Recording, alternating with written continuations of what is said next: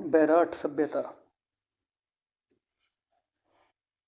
राज्य के जयपुर जिले के शाहपुरा उपखंड में बैराट कस्बा, जिसे प्राचीन काल में विराट नगर मत्स्य जनपद की राजधानी कहा जाता था, एक महत्वपूर्ण पुरातात्विक एवं ऐतिहासिक स्थल है। महाजनपद काल में यह मत्स्य जनपद की राजधानी था।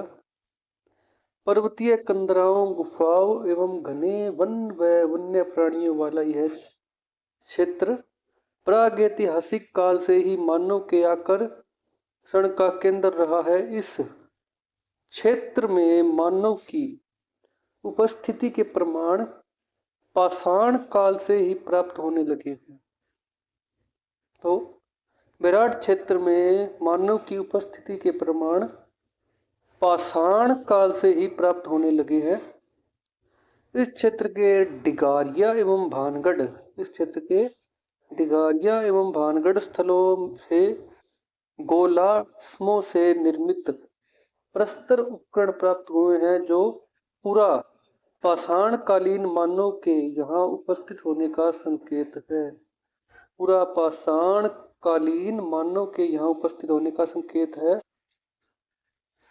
कौन से क्षेत्र से? डिगारिया एवं भानगढ़ क्षेत्रों से गोलाश्मों से निर्मित प्रस्तर उपकरण प्राप्त हुए हैं, जो पूरा पाषाण कालीन मानव के यहाँ उपस्थित होने का संकेत है।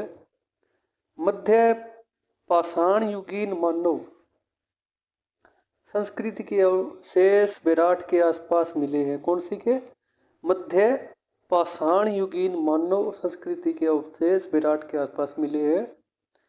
इस काल में यहाँ के मानव ने धीरे धीरे मृत पात्रों का निर्माण करना सीखा, जो कम पक्के, मतलब पूर्णतया पक्के हुए नहीं थे, तथा रेत से निर्मित बेडोल एवं भोंडे होते थे। रेत से निर्मित बेडोल मतलब जिसका आकार सही नहीं था, और भोंडे मतलब गंदे। इस पाषाण कालीन मानव ने धीरे धीरे चित्रांकन करना प्रारंभ किया, जिसका प्रमाण लघु पाषाण उपकरणों पर प्राप्त कलात्मक रेखांकन है। इसने उसके बाद शैलाश्रयों एवं गुफाओं की दीवारों एवं छत पर लाल रंग से चित्रांकन किया। देखो भाई, अब क्वेश्चन आ जाए कि जो मानव था उसने शैलाश्रय एवं गुफाओं की दीवारों एवं छत पर कौन से रंग से चित्रांकन किया? तो लाल रंग से।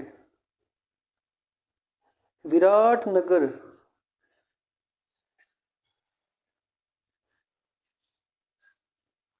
नगर की पहाड़ियां जैसे गणेश डोंगरी, बिचक डोंगरी एवं भीम डोंगरी में कई शैलाश्रयों की दीवारों, छतों पर इस काल का लाल रंग एवं अन्य रंगों में किया रेखांकन प्राप्त होता है या हुआ है।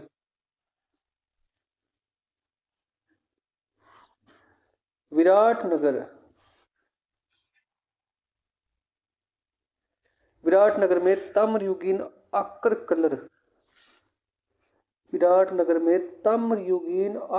कलर पत्र संस्कृति के अवशेष भी प्राप्त हुए हैं।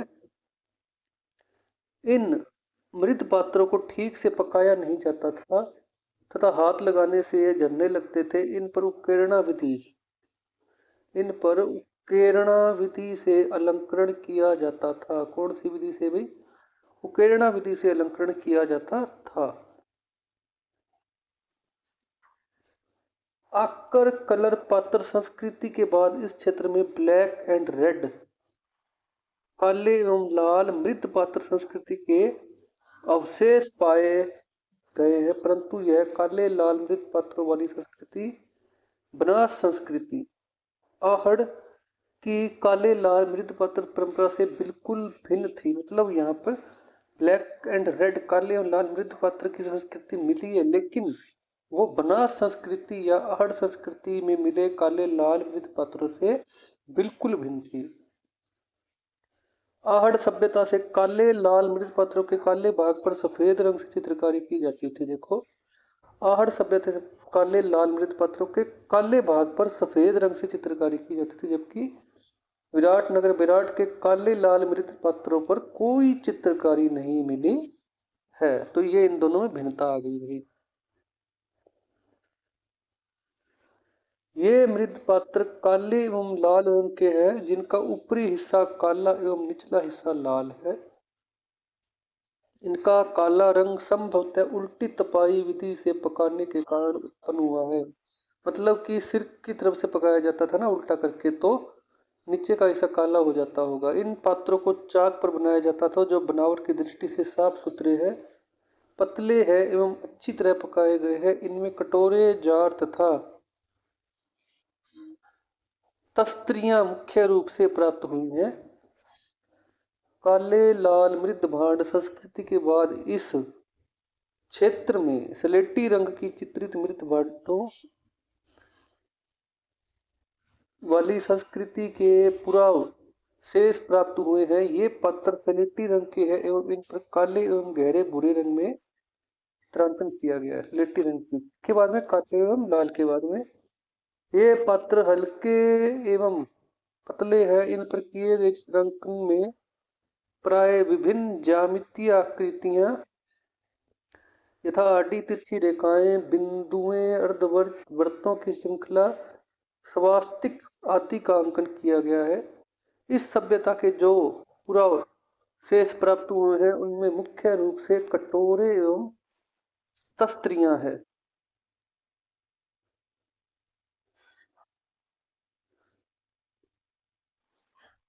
विराट सभ्यता के लोग लौह धातु से परिचित थे। कौन सी धातु से परिचित थे भाई? लौह धातु से। विराट क्षेत्र में लौह अवशेष इस स्थिति तक प्राप्त हुए कि ये लोग स्थानीय स्तर पर ही इनका निष्कर्षण करते होंगे एवं उससे प्राप्त धातु से चाकू की तीर, भाला, हंसिया, कुदाल, कुल्हाड़ी, चिमटा, कील आदि लौह उपकरणों का निर्माण करते होंगे। इनमें उत्खनन में प्राप्त लोहे के तीर एवं भाले सर्वाधिक महत्वपूर्ण है। लोहे के तीर एवं भाले सर्वाधिक महत्वपूर्ण है। कौन सी सभ्यता से मिले हैं भाई? विराट सभ्यता से। ठीक है जी। इन प्राचीन सांस्कृतिक स्थलों के आसपास प्रचुर मात्रा में लौह खनिज के भंडारों का इन लौह युगीन सभ्यताओं के विकास में पर्याप्त योगदान रहा है। विराट नगर एवं अन्य लौह युगीन सभ्यता स्थलों में पेंटेड ग्रे मृद भांड संस्कृति के बाद के काल में उत्तर भारत की मौर्यकालीन सभ्यता के अवशेष मिलते हैं, जिनमें मुख्य रूप से उत्तरी भारत के काली पोलिस युक्त मृत भांड ब्लैक पेंटेड वेयर मौर्यकालीन प्रस्तर प्रतिमाओं पर भी एक विशेष प्रकार की पॉलिश। इस प्रकार के मृत पात्रों के अवशेष बौद्ध धर्म से संबंधित स्थलों पर प्राप्त हुए हैं। विराट नगर तो मौर्य काल में बौद्ध धर्म का एक प्रमुख केंद्र था। विराट नगर तो मौर्य काल में बौद्ध धर्म का एक प्रमुख केंद्र था। अतः यहाँ मौर्यकालीन स्तरों के लोहे के हथियार एवं उपकरण प्रचुर मात्रा में प्राप्त हुए हैं। इन स्थलों पर लोहे के तारों की उपलब्धता इस बात का प्रतीक है कि इस सभ्यता के लोगों द्वारा कृषि कार्यों के साथ साथ शिकार द्वारा भी भोजन प्राप्त किया जाता था। विराट नगर से अशोककालीन ब्राह्मी लिपि की अक्षर युक्त ईंटें भी प्राप्त हुई है।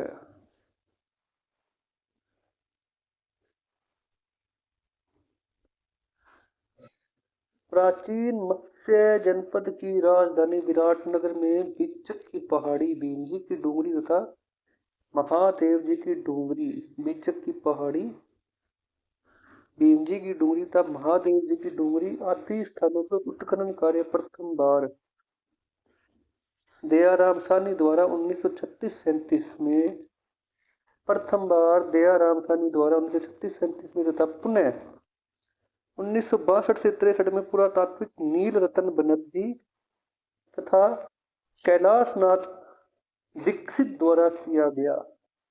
प्रथम बार तो किया गया भाई दयाराम साहनी द्वारा 1936-37 में तथा पुनः द्वारा किया गया 1962 से 63 में पुरातात्विक पुरातात्विद नीलरतन बनर्जी तथा कैलाशनाथ दीक्षित द्वारा किया गया। खुदाई करने पर मौर्यकालीन एवं उससे पूर्व की सभ्यताओं के अवशेष मिले हैं। खुदाई करने पर मौर्यकालीन एवं उससे पूर्व की सभ्यताओं के अवशेष मिले। यहाँ सूती कपड़े में बंधी मुद्राएं, एक मिनट, यहाँ सूती कपड़े में बंधी मुद्राएं व पंचमार्क सिक्के मिले हैं। विराट सभ्यता से सूती कपड़े में बंधी मुद्राएं व पंचमार्क सिक्के मिले हैं। इस क्षेत्र से पुरातात्विक सामग्री का विशाल भंडार प्राप्त हुआ है। 1999 में बिज्जक की पहाड़ी से अशोककालीन गोल बौद्ध मंदिर एवं बौद्ध स्तूप एवं बौद्ध मठ के अवशेष मिले हैं। 1999 में बिज्जक की पहाड़ी से अशोककालीन गोल बौद्ध मंदिर, बौद्ध स्तूप एवं बौद्ध मठ के अवशेष मिले हैं, जो हीनयान संप्रदाय से संबंधित है। बिज्जक की डोंगरी पर 2 प्लेटफार्म चबूतरे हैं। उत्तरखंड में निचले प्लेटफार्म पर बौद्ध स्तूप के अवशेष मिले हैं। यह गोलाकार स्तूप स्तंभों पर आधारित चुनार के पत्थर से निर्मित है। इसके पूर्व दिशा में 6 फीट चौड़ा द्वार तथा स्तूप के चारों ओर 7 फुट चौड़ा गोलाकार परिक्रमा पथ है। उत्खनन में स्तंभ एवं छत्र के टूटे हुए प्रस्ताव शेष प्राप्त हुए हैं।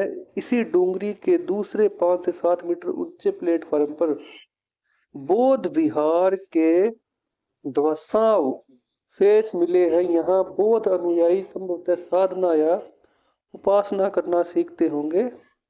यहाँ मिली छोटी छोटी कोठरियां साधना कक्ष जैसी दिखाई देती है। दूसरे स्तर की खुदाई में यहाँ चित्रित स्लेटी मृद भांड का प्रयोग करने वाली संस्कृतियों ईसा के प्रारंभिक काल की संस्कृतियों का ज्ञान हुआ है। खुदाई में मिले तीसरे स्तर में यहाँ ईसा की प्रारंभिक शताब्दियों की लोह युगीन संस्कृति के अवशेष मिले हैं।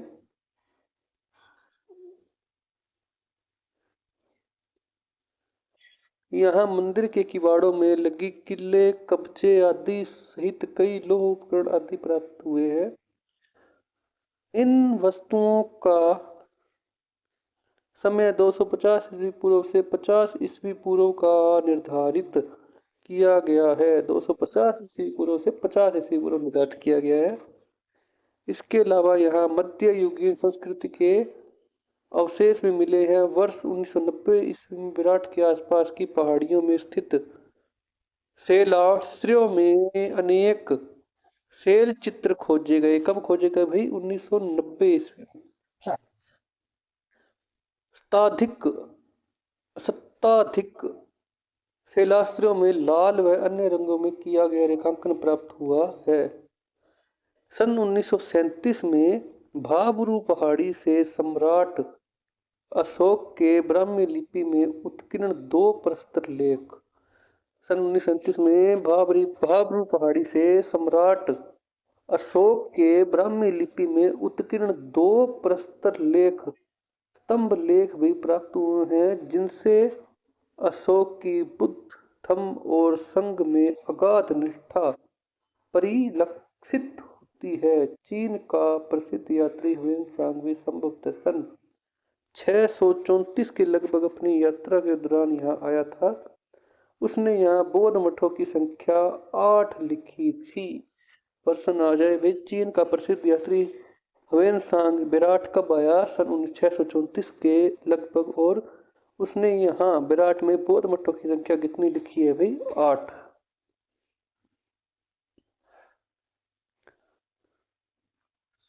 इस प्रकार विराट के उत्खनन से यह प्रमाणित होता है कि यह मौर्य काल में बौद्ध धर्मानुयायियों के लिए एक महत्वपूर्ण केंद्र के रूप में प्रतिष्ठित था तथा स्वयं मौर्य सम्राट अशोक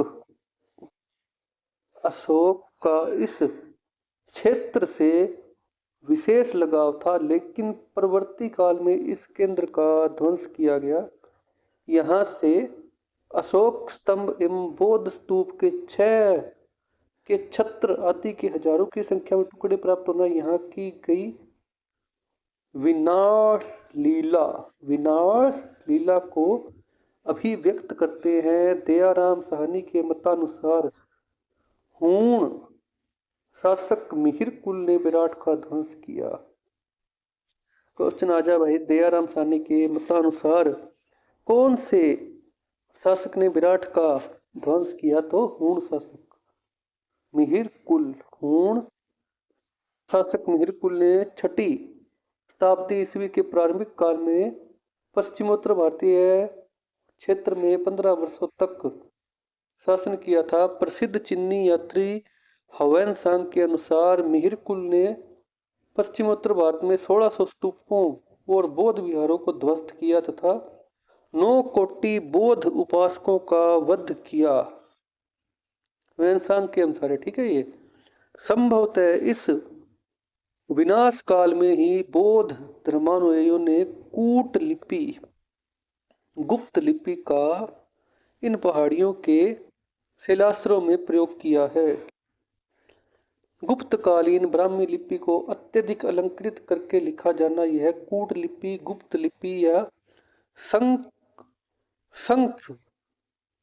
लिपि है। शंख लिपि किससे संबंधित है? पूछा जाए कि शंख लिपि, क्वेश्चन पूछ ले आपसे भाई कि शंख लिपि या कूट लिपि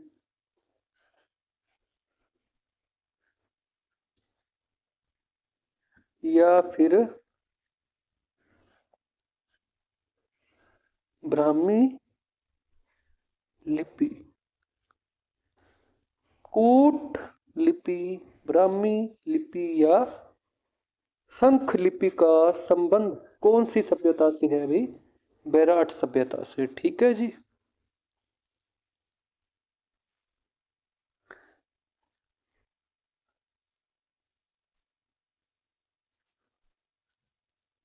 अधिकांशतः लाल रंग द्वारा 200 से अधिक शिलाखंडों की विभिन्न स्तरों पर इसका अंकन प्राप्त हुआ है। शिलाश्रयों की भीतरी दीवार एवं छतों पर ये लेख अपेक्षाकृत अधिक सुरक्षित। कुछ शिलाश्रयों में बौद्ध प्रतीकों का अंकन भी दिखाई देता है। इस कस्बे का विराट नगर नाम से उल्लेख महाभारत में कई बार हुआ है। मत्स्य जनपद के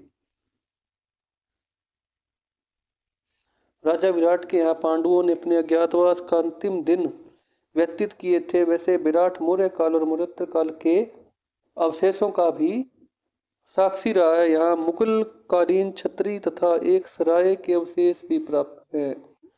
यहाँ मुगल कालीन छतरी तथा एक सराय के अवशेष भी प्राप्त हुए। कहा जाता है कि मुगल सम्राट अकबर अजमेर की यात्रा के दौरान यहाँ रात्रि विश्राम करता था। कहा जाता है कि मुगल सम्राट अकबर अजमेर की यात्रा के दौरान यहाँ रात्रि विश्राम करता था। विराट के उत्खनन से अलग अलग आकार की ईंटें प्राप्त हुई है। इनका उपयोग चबूतरों, मठों, स्तूपों तथा मंदिरों को बनवाने में किया गया था। अधिकतर ईंटों की लंबाई, चौड़ाई तथा मोटाई 78 गुणा 40 गुणा 8 सेंटीमीटर है। फर्श पर पक्की टाइलें लगी हुई थी। यह महत्वपूर्ण है कि विराट के पास पत्थर अत्यधिक पाए जाने पर भी यहाँ ईंटों का प्रयोग अधिक किया गया। ये ईंटें मोहनजोदाड़ो से मिलती जुलती है। उत्खनित कमरों से 36 चांदी की मुद्राएं मिली है, जिनमें 8 पंचमार्क हैं। शेष 28 मुद्राएं यूनानी और भारतीय यूनानी धारकों की है। जिस कपड़े में मुद्रा बंधी हुई है, यह कपड़ा हाथ से बुनी रुई का था। जिस कपड़े में मुद्रा बंधी हुई मिली है, यह कपड़ा हाथ से बुनी रुई का था। इससे विदित होता है कि यहाँ के निवासी वस्त्र बुनाई कला को जानते थे। इसी प्रकार का दूसरा स्थल बालाथल था, जिसका उल्लेख हम इसी अध्याय में पहले कर चुके हैं।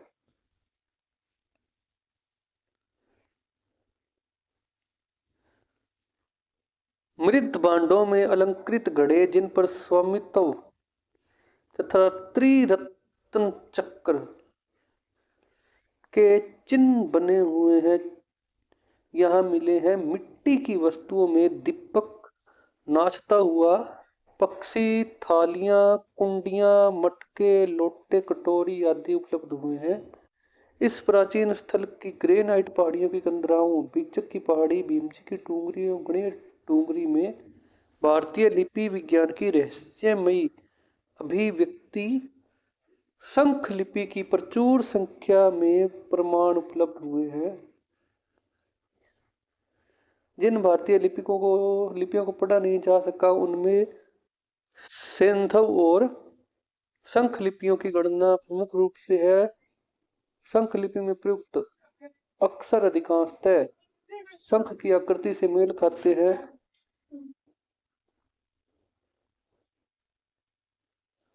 यहाँ सवाई राम सिंह के शासनकाल में की गई खुदाई में एक स्वर्ण मंजू सा प्राप्त हुई है, जिसमें भगवान बुद्ध के अस्थि अवशेष थे।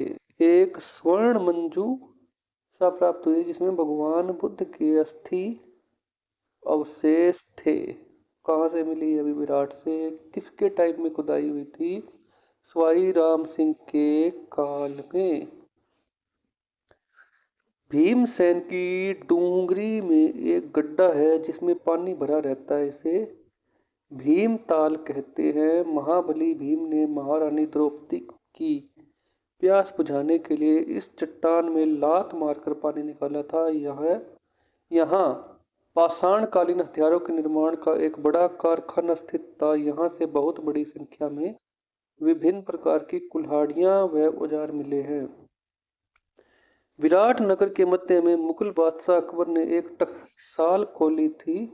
इस टकसाल में अकबर, जहांगीर तथा शाहजहां के काल में तांबे के सिक्के ढाले जाते थे। यहाँ एक मुगल गार्डन, ईदगाह तथा कुछ अन्य इमारतें भी बनाई गई थी।